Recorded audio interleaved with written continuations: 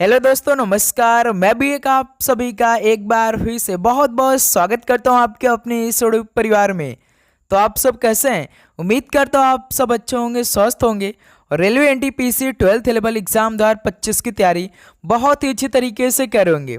तो साथियों, जैसा कि एनटीपीसी 12th लेवल का एग्ज़ाम स्टार्ट हो रहा है 7 अगस्त से, क्या आप सभी साथी आज के सेशन से यानी इन 50 क्वेश्चन में से केवल 20 क्वेश्चन सही कर सकते हैं? क्या आप सभी की उस लेवल की तैयारी है? क्या आपको लग रहा है कि हम इस बार जो 100 क्वेश्चन आएगा उसमें से लगभग 80 क्वेश्चन या 85 क्वेश्चन सही कर सकते हैं? उससे पहले साथी, आप सभी लोगों के लिए एक मैंने स्पेशल क्लास तैयार किया है, जो कि साथी आज का क्लास होने वाला है। चाहे आप साथी रेलवे एग्जामों की तैयारी करें, चाहे आप एसएससी का कोई भी एग्जाम उठाकर देख लीजिए, यहाँ तक कि साथी हम सीजीएल की बात करें, जो कि एसएससी का सबसे हाईएस्ट एग्जाम होता है, सबसे मेन एग्जाम होता है एसएससी का। और साथ ही रेलवे एनटीपीसी, चाहे आप आरआरबी जेई या किसी भी एग्जाम की तैयारी कर रहे हैं, क्या आप साथी इन 50 क्वेश्चन में से केवल 20 क्वेश्चन सही कर सकते हैं? वो भी साथी जीके और करंट अफेयर की हम बात करें तो आप जानते हैं साथी, एनटीपीसी 12th लेवल के एग्जाम में सबसे अधिक जीके का क्वेश्चन आ रहा है 40। और साथ ही आप एसएससी के कोई भी एग्जाम उठाकर देख लीजिए, मेन आपका जीके पोर्शन होता है। ओके दोस्त, तो क्या आप इन 50 क्वेश्चन में से केवल 20 क्वेश्चन सही कर सकते हैं? आप सभी की इस लेवल की तैयारी है, चाहे आप एनटीपीसी की तैयारी कर रहे हैं, चाहे साथ ही आप एसएससी की तैयारी कर रहे हैं। ओके मेरे दोस्त, तो आप सभी को हम ये चैलेंज दे रहे हैं, केवल 20 क्वेश्चन सही करना है, पूरे 50 क्वेश्चन को अटेम्प्ट करना है। यहाँ तक के साथ ही हम नेगेटिव मार्किंग भी नहीं दे रहे हैं आपके लिए। तो चलिए दोस्त, बिना टाइम वेस्ट करते हुए आज के इस क्लास को हम लोग स्टार्ट कर लेते हैं। बहुत अच्छी तरीके से एक एक क्वेश्चन आपके लिए अति महत्वपूर्ण होगा, उस लेवल के हम ये सेशन आपके लिए रेडी किया है। ओके, तो पूरे ईमानदारी के साथ अपने मन से, दिमाग से हर एक सवाल का राइट आंसर दीजिएगा और लास्ट में बिल्कुल ऑनेस्ट के साथ अपना स्कोर बताएंगे, हाँ सर हमने इतना स्कोर कर दिया है। ओके, तो कल हम आपके लिए यानी दोपहर जो 12:35 क्लास है, उसमें आपका नाम अनाउंस होने वाला है। तो साथ ही डेली क्लास सुबह 8 बजे आती है, एक दोपहर में 12:35 पे और एक शाम में 7 बजे क्लास आती है। ये डेली क्लास की टाइमिंग है। ओके मेरे दोस्त, तो पहला प्रश्न देखिए, ये रहा आपकी स्क्रीन पर। महिला प्रीमियर लीग यानी WPL 2025 के खिताब किसने जीता था? बताइए साथी, महिला प्रीमियर लीग WPL 2025 का खिताब किसने जीता था? तो मुंबई इंडियंस ने जीता था, यानी पहले का बी ऑप्शन क्या हो जाएगा, बिल्कुल राइट आंसर हो जाएंगे। चलिए नेक्स्ट अगला सवाल कॉल करिए, क्वेश्चन नंबर 2 को। बक्सी जगबंधु ने ब्रिटिश भूमि राजस्व नीति के विरोध में पाइका विद्रोह का नेतृत्व किस वर्ष किया था? बताइए साथी, सबसे पहले हर एक सवाल का राइट आंसर आपके द्वारा आना चाहिए। तो बक्सी जगबंधु ने ब्रिटिश भूमि राजस्व नीति के विरोध में पाइका विद्रोह का नेतृत्व किस वर्ष किया था? तो साथी 1877 में किया था। ऑप्शन यहां से आपका बिल्कुल राइट आंसर हो जाएंगे।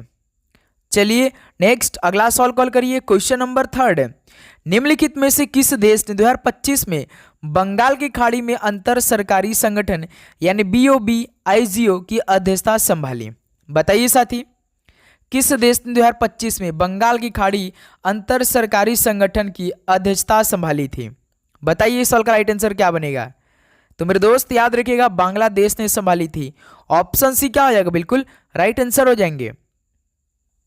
चलिए अगला सवाल कॉल करिएगा, क्वेश्चन नंबर 4 क्या दे रखा है? भारत सरकार द्वारा शुरू किए गए स्मार्ट सिटीज मिशन के अंतर्गत प्रारंभ में कितने शहरों को शामिल किया गया था? बताइए साथी, भारत सरकार द्वारा शुरू किए गए स्मार्ट सिटीज मिशन के अंतर्गत प्रारंभ में कितने शहरों को शामिल किया गया था?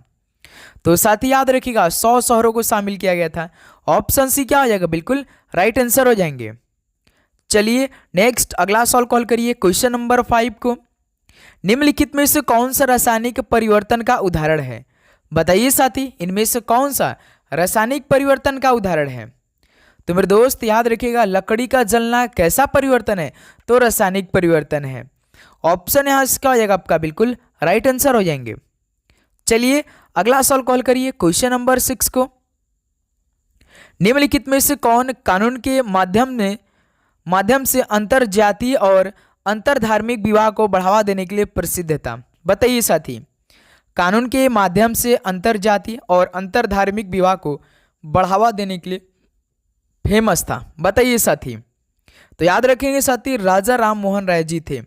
डी ऑप्शन क्या हो जाएगा? बिल्कुल राइट आंसर हो जाएंगे। चलिए अगला सवाल कॉल करिएगा, क्वेश्चन नंबर 7 को। सर्वोच्च न्यायालय अनुच्छेद 32 के अंतर्गत केवल किस विशिष्ट उद्देश्य के लिए रिट जारी कर सकता है?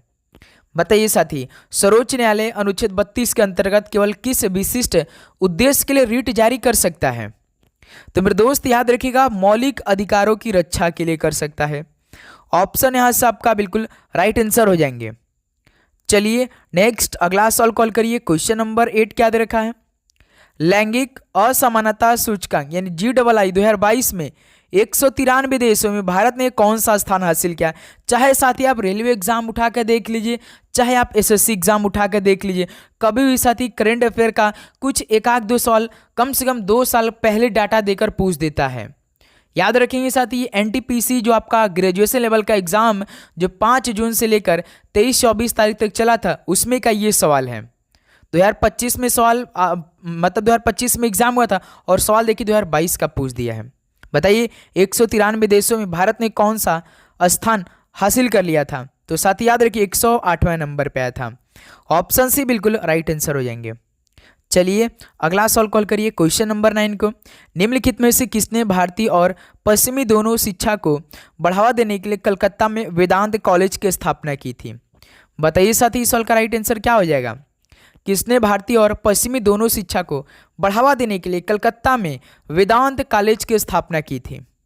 तो याद रखेंगे साथी, राम मोहन राय जी ने की थी। ऑप्शन यहां से बिल्कुल राइट आंसर हो जाएंगे। चलिए अगला सवाल कॉल करिए, क्वेश्चन नंबर 10 क्या दे रखा है? नवंबर 2024 में निम्नलिखित में से किसने भारत के नियंत्रक एवं महालेखा परीक्षक का पदभार ग्रहण किया? बताइए नवंबर 2024 में भारत के नियंत्रक एवं महालेखा परीक्षक का पदभार जो ग्रहण किसने किया था? उनका नाम क्या है? तो साथ ही याद रखिए के संजय मूर्ति हैं। डी ऑप्शन क्या हो जाएगा? बिल्कुल राइट आंसर हो जाएंगे। ओके चलिए नेक्स्ट अगला सवाल कॉल करिए, क्वेश्चन नंबर 11।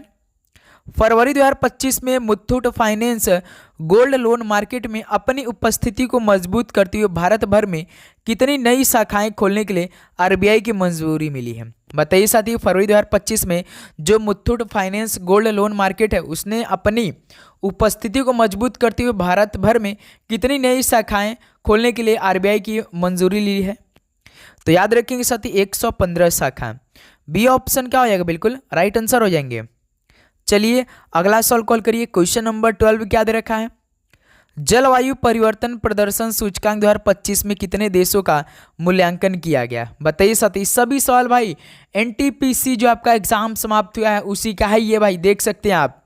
जलवायु परिवर्तन प्रदर्शन सूचकांक 2025 में कितने देशों का मूल्यांकन किया गया? तो याद रखिएगा साथी 63 देशों का। डी ऑप्शन क्या हो जाएगा? बिल्कुल राइट आंसर हो जाएंगे। चलिए नेक्स्ट अगला सवाल कॉल करिए, क्वेश्चन नंबर 13 को। 24 डिग्री अक्षांश किस भारतीय राज्य की राजधानी के सबसे निकट से गुजरता है? बताइए साथी 24 डिग्री अक्षांश किस भारतीय राज्य की राजधानी के सबसे निकट से गुजरता है? तो याद रखेंगे साथी भोपाल से गुजरता है। बी ऑप्शन क्या हो जाएगा? बिल्कुल राइट आंसर हो जाएंगे। चलिए अगला सवाल कॉल करिए, क्वेश्चन नंबर 14 क्या दे रखा है?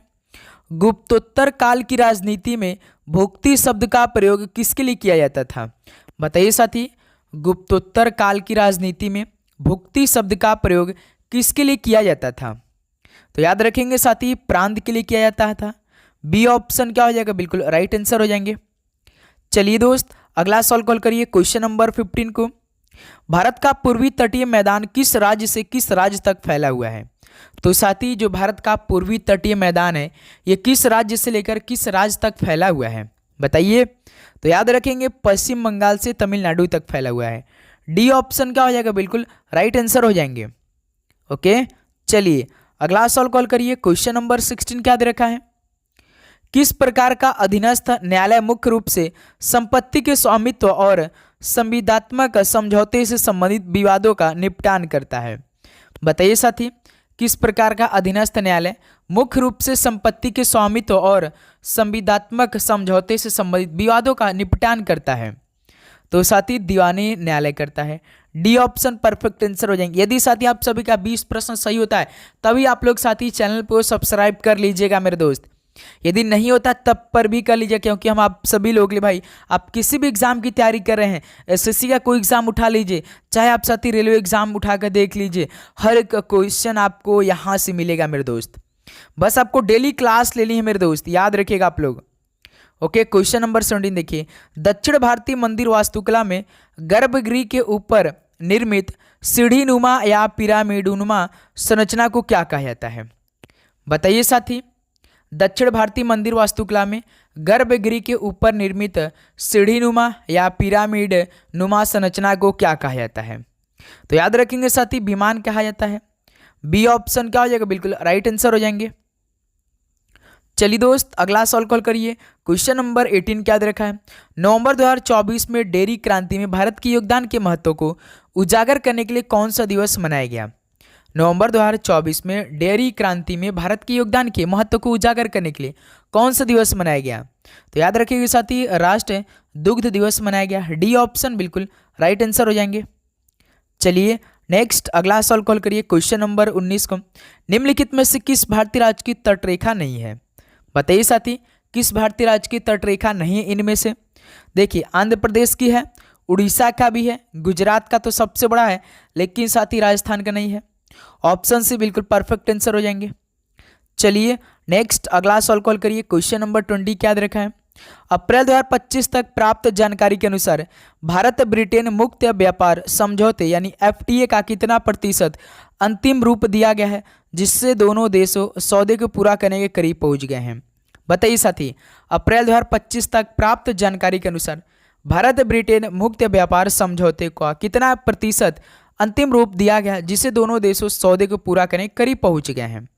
तो याद रखेंगे साथी 90% तक। बी ऑप्शन क्या हो जाएगा? बिल्कुल राइट आंसर हो जाएंगे। चलिए मेरे दोस्त, अगला सवाल कॉल करिए। क्वेश्चन नंबर 21, तख्त ए बही शिलालेख किस पार्थियन शासक का उल्लेख करता है? बताइए साथी, तख्त ए बही शिलालेख किस पार्थियन शासक का उल्लेख करता है? तो साथी याद रखिएगा, गोंडा फर्नेस की करता है। डी ऑप्शन क्या हो जाएगा इस सवाल का? बिल्कुल राइट आंसर हो जाएंगे। चलिए अगला सवाल कॉल करिए। क्वेश्चन नंबर 22 क्या दे रखा है? भारतीय दूरसंचार क्षेत्र को किस वर्ष की दूरसंचार नीति के तहत उदारीकृत बनाया गया था? बताइए साथी, भारतीय दूरसंचार क्षेत्र को किस वर्ष की दूरसंचार नीति के तहत उदारीकृत बनाया गया था? तो याद रखेंगे साथी 1994 बनाया गया था। डी ऑप्शन क्या हो जाएगा? बिल्कुल परफेक्ट आंसर हो जाएंगे। चलिए मेरे दोस्त, नेक्स्ट अगला सवाल कॉल करिए। क्वेश्चन नंबर 23 क्या दे रखा है? श्रम ब्यूरो द्वारा आयोजित 6वें वार्षिक रोजगार बेरोजगारी सर्वेक्षण के अनुसार भारत में कुल बेरोजगारी दर कितनी थी? बताइए साथी, श्रम ब्यूरो द्वारा आयोजित 6वें वार्षिक रोजगार बेरोजगारी सर्वेक्षण के अनुसार भारत में कुल बेरोजगारी दर कितनी थी? तो साथी याद रखिएगा 5.4% थी, यानी 5.4% था। ऑप्शन यहाँ से बिल्कुल राइट आंसर हो जाएंगे। चलिए अगला सवाल कॉल करिएगा। क्वेश्चन नंबर 24 क्या दे रखा है? साबरमती नदी निम्नलिखित में से किस स्थान से निकलता है? बताइए दोस्त, साबरमती नदी किस स्थान से निकलता है? तो अरावली पहाड़िया राजस्थान से निकलता है। बी ऑप्शन क्या हो जाएगा? बिल्कुल राइट आंसर हो जाएंगे। चलिए अगला सवाल कॉल करिए। क्वेश्चन नंबर 25 को, भारतीय संविधान के 97वें संशोधन अधिनियम द्वारा राज्य के नीति निर्देशक सिद्धांतों का कौन सा अनुच्छेद जोड़ा गया? बताइए दोस्त, भारतीय संविधान के 97वें संशोधन अधिनियम द्वारा राज्य के नीति निर्देशक सिद्धांतों का कौन सा अनुच्छेद जोड़ा गया? तो अनुच्छेद 43 बी जोड़ा गया था। तो यहां से साथी डी ऑप्शन क्या हो जाएगा? बिल्कुल राइट आंसर हो जाएंगे। ओके, चलिए नेक्स्ट अगला सवाल कॉल करिएगा। क्वेश्चन नंबर 26 क्या दे रखा है? सौरा चित्रकला जो कि एक जनजातीय कला रूप है, पारंपरिक रूप से किस भारतीय राज्य के समुदाय द्वारा बनाई जाती है? बताइए दोस्त, सौरा चित्रकला जो कि एक जनजातीय कला रूप है, पारंपरिक रूप से किस भारतीय राज्य के समुदाय द्वारा बनाई जाती है? तो साथी याद रखिएगा उड़ीसा समुदाय द्वारा बनाई जाती है। जो उड़ीसा के समुदाय होते हैं ना, उनके द्वारा बनाई जाती है सौरा चित्रकला। ऑप्शन भी बिल्कुल परफेक्ट आंसर हो जाएंगे। चलिए 27 नंबर कॉल करिए। बुक्कर 2024 के लिए लघु सूचित लोकप्रिय उपन्यास हेल्ड के लेखक का नाम क्या है? तो भाई यदि आप रेलवे का एग्जामों की तैयारी कर रहे हैं तो देख सकते हैं 2025 में एग्जाम हुआ और सवाल कब का पूछ रहा है, 2024 का आपके सामने साक्षात है। यदि साथी आपने एग्जाम को दिया होगा तो यही सब सारे सवाल बन रहे थे आपके पेपर में। बुकर 2024 के लघु सूचित लोकप्रिय उपन्यास हेल्ड के लेखक का नाम क्या है? तो साथ याद रखिए एनी माइकल्स है। ऑप्शन सी बिल्कुल राइट आंसर हो जाएंगे। चलिए दोस्त अगला सवाल कॉल करिए। क्वेश्चन नंबर 28 को, निम्नलिखित में से कौन सी नदी गंगा की सहायक नदी नहीं है लेकिन यह सीधे बंगाल की खाड़ी में गिरती है? बताइए साथी, इनमें से कौन सी नदी गंगा की सहायक नदी नहीं है लेकिन यह सीधे बंगाल की खाड़ी में जाकर गिरती है? तो साथ ही याद रखिएगा महानदी है। ऑप्शन सी क्या हो जाएगा? बिल्कुल परफेक्ट आंसर हो जाएंगे। चलिए दोस्त अगला सवाल कॉल करिए। क्वेश्चन नंबर 29 को, सिंधु बेसिन तंत्र यानी इंदुज बेसिन सिस्टम की एक प्रमुख नदी कौन सी है? बताइए, इंदुज बेसिन सिस्टम की एक प्रमुख नदी कौन सी इनमें से? तो साथ ही याद रखिएगा जो कि रावी नदी है। ऑप्शन बी क्या हो जाएगा? बिल्कुल राइट आंसर हो जाएंगे। चलिए अगला सवाल कॉल करिएगा। क्वेश्चन नंबर 30 क्या दे रखा है? यदि कोई भारतीय नागरिक स्वेच्छा से किसी अन्य देश का नागरिक बन जाए तो क्या होगा? यानी साथी यदि कोई भारतीय नागरिक बिल्कुल खुद की इच्छा से किसी अन्य देश का नागरिक बन जाता है तो उसके साथ क्या होता है? बताइए, उसे सरकार की मंजूरी लेनी होगी या उसकी भारतीय नागरिकता स्वतः ही समाप्त हो जाएगी? बिल्कुल साथी, तो उसकी भारतीय नागरिकता स्वतः ही क्या हो जाएगी? बिल्कुल पूरी तरीके से समाप्त हो जाएगी। ऑप्शन भी यहाँ से बिल्कुल राइट आंसर हो जाएंगे। चलिए अगला सवाल कॉल करिए। क्वेश्चन नंबर 31 क्या दे रखा है? किस शासक ने शेरशाह सूरी के उत्तराधिकारियों को पराजित कर 1555 तक अपना हारा हुआ राज्य वापस पा लिया जिससे दूसरे अफगान साम्राज्य का अंत हो गया? बताइए साथी, किस शासक ने शेरशाह सूरी के उत्तराधिकारियों को पराजित कर 1555 तक अपना हरा हुआ राज्य वापस पा लिया जिससे दूसरे अफगान साम्राज्य का अंत हो गया? तो मेरे दोस्त याद रखिएगा ये हुमायूं है। ऑप्शन भी क्या हो जाएगा? हुमायूं बिल्कुल परफेक्ट आंसर हो जाएंगे। तो हुमायूं ने साथी शेरशाह सूरी के उत्तराधिकारियों को पराजित कर 1555 तक अपना हारा हुआ राज्य वापस ले लिया जिससे दूसरे अफगान साम्राज्य का अंत हो गया।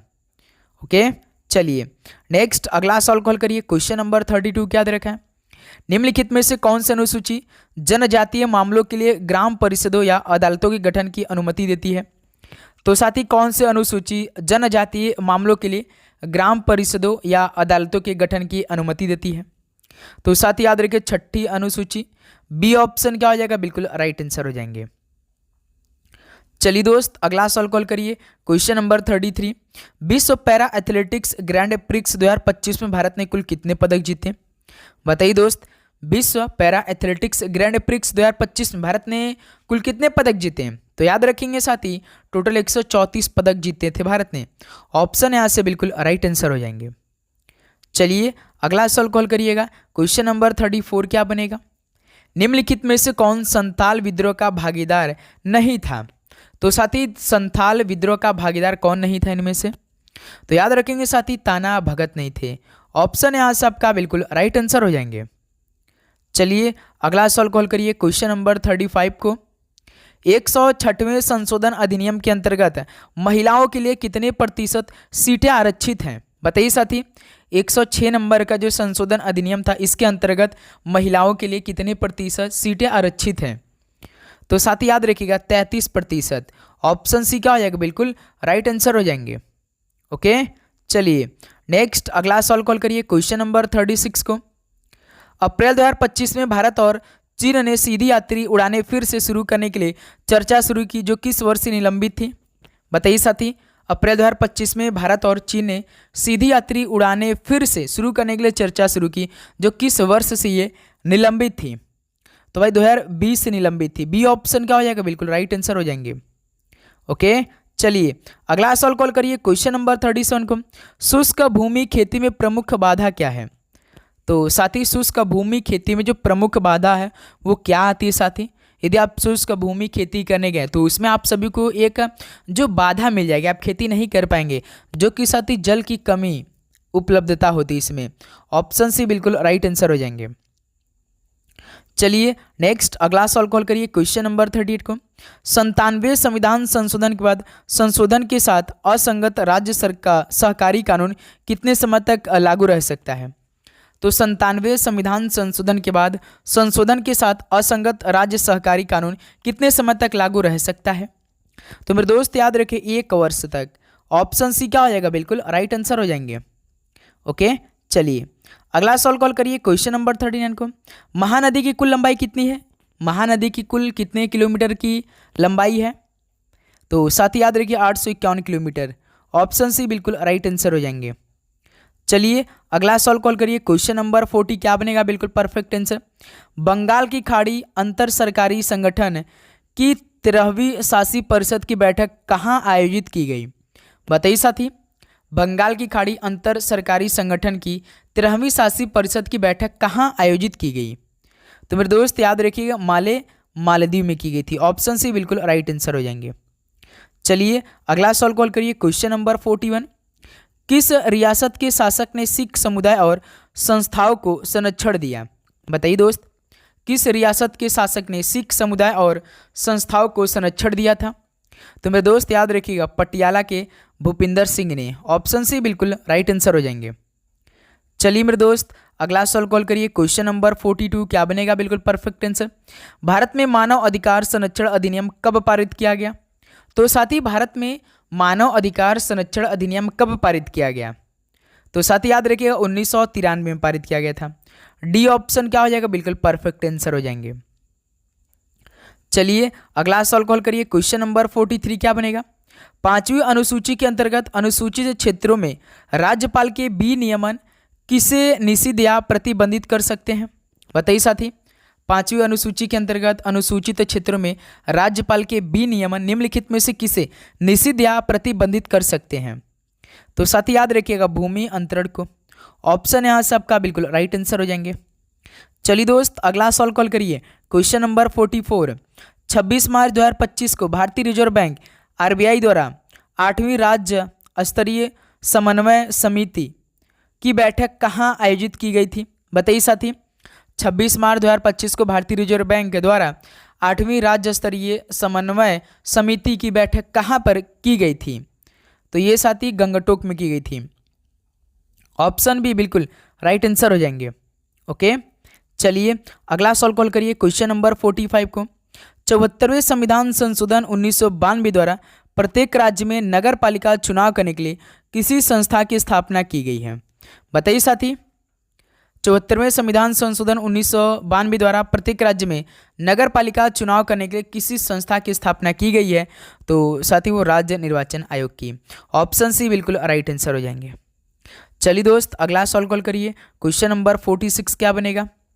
भवानी पाठक और देवी चौधरानी निम्नलिखित में से किस विद्रोह से संबंधित प्रसिद्ध लीडर थे?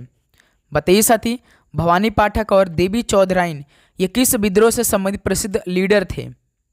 तो याद रखिएगा फकीर और सन्यासी विद्रोह के। तो डी ऑप्शन क्या हो जाएगा? बिल्कुल राइट आंसर हो जाएगा। साथ ही भूलना नहीं है, आपको अपना स्कोर बताना है लास्ट में, पूरे मन से पूरे दिमाग से अच्छे से दिल से बताना है, बिल्कुल ऑनेस्टली के साथ।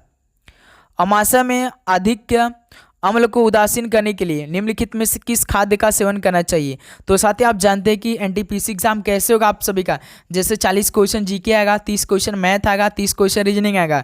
तो आपको साथ ही कभी जीके का सवाल मिल जाएगा, तो कभी रीजनिंग का, कभी मैथ का, ऐसे सवाल पूछा जाएगा साथी। ऐसा नहीं कि सेक्शन वाइज रहेगा, बिल्कुल हाँ। लेकिन साथी एडीक्यूटी आप सभी के ऐसे एग्जाम करा रही है, आपका सेक्शन में बांट दिया है। देखते हैं अब रेलवे एग्जाम होगा तो वो कैसे लेती है। वैसे तो भाई एनटीपीसी जो आपका 5 जून से स्टार्ट हुआ था अंडर ग्रेजुएशन लेवल का, वो तो देखिए टीसीएस कंपनी कराई थी। ओके देखते हैं भाई एडीक्यूटी किस तरह का सवाल पूछती है आप सभी से। तो साथ ही अमाशय में आधिक्य अम्ल को उदासीन करने के लिए किस खाद्य का सेवन करना चाहिए? तो बेकिंग सोडा का करना चाहिए। डी ऑप्शन इस सवाल का बिल्कुल राइट आंसर हो जाएंगे। ओके दोस्त चलिए अगला सवाल कॉल करिए क्वेश्चन नंबर 48 को। चंद्रगुप्त प्रथम के बाद गुप्त साम्राज्य का शासक कौन बना? तो साथी चंद्रगुप्त प्रथम के बाद गुप्त साम्राज्य का शासक कौन बना? तो याद रखेंगे साथी समुद्रगुप्त बना था। ऑप्शन यहाँ से आपका बिल्कुल राइट आंसर हो जाएंगे। चलिए दोस्त अगला सवाल कॉल करिए क्वेश्चन नंबर 49। अहिंसक प्रतिरोध और स्वशासन के सिद्धांतों को रेखांकित करने वाली पुस्तक हिंद स्वराज के लेखक कौन है। देखिए साथ इतना बढ़ा चढ़ा के सवाल पूछ रहा है, वैसे तो नहीं तो कोई भी और भी एग्जाम होती तो डायरेक्ट ऐसे पूछ देता है कि हिंद स्वराज पुस्तक के लेखक कौन है, तो आप तुरंत साथी महात्मा गांधी पे टिक लगाते हैं और आगे बढ़ जाते हैं। ये देखिए इतना बढ़ा चढ़ा के सवाल पूछा है, पूरा एक्सप्लेन करके बता रहा है। तो आप तैयार रहिएगा साथी, ऐसे सवाल पूछे जाएंगे 12th लेवल के पेपर में। ओके एनटीपीसी वालों भाई, भारत में निम्नलिखित में से कौन सा क्षेत्र 16 वनों के लिए जाना जाता है। बताइए साथी, भारत में कौन सा क्षेत्र 16 वनों के लिए जाना जाता है। तो मेरे दोस्त पश्चिमी घाट, डी ऑप्शन बिल्कुल परफेक्ट आंसर हो जाएंगे। तो साथी फाइनली 50 क्वेश्चन तो कंप्लीट हो चुका है। अब बताइए मेरे दोस्त, क्या आप सभी का इन 50 क्वेश्चन में से कितना स्कोर रहा, ईमानदारी के साथ बताएंगे आप लोग। लगभग आपने इन 50 क्वेश्चन में से कितना स्कोर रहा साथी। एक भी आपको इजी सवाल नहीं मिलेगा, बस हमें लगता है कि यही हिंद स्वराज पुस्तक वाला सवाल आपको इजी मिला होगा। और एक WPL 2025 का जो खिताब मुंबई इंडियन ने जीता था भाई। अब बताइए साथी, आप सभी कितना स्कोर है। उम्मीद करूंगा आपको हर एक क्वेश्चन बहुत अच्छी तरीके से समझ में आया होगा और आपके एग्जाम के लिए बेस्ट लेवल के ही सब सवाल होंगे साथी। यदि सिलेक्शन लेना है तो इसी टाइप के सवाल पढ़ना पड़ेगा, इजी सवाल अब गया भाई जमाना। ओके, लेकिन साथी कुछ कहा नहीं जा सकता क्योंकि जो ADQT कंपनी वो बिल्कुल इजी सवाल बना रही इस टाइम। ओके, तो आप साथी चैनल पे नए तो सब्सक्राइब करिएगा, नोटिफिकेशन को ऑन करिएगा। मिलते हैं साथी दोपहर 12:35 पे एक और दमदार क्लास के साथ।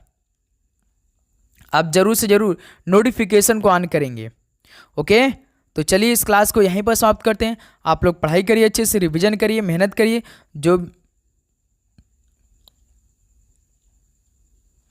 जो भी साथी आपके सामने डाउट आता है तो कमेंट करके हमसे पूछे, हम उसका रिप्लाई कर देंगे। ओके, सभी को जय हिंद, जय भारत। आपके एग्जाम के लिए बेस्ट ऑफ लक और आप सभी का दिन मंगलमय हो। धन्यवाद।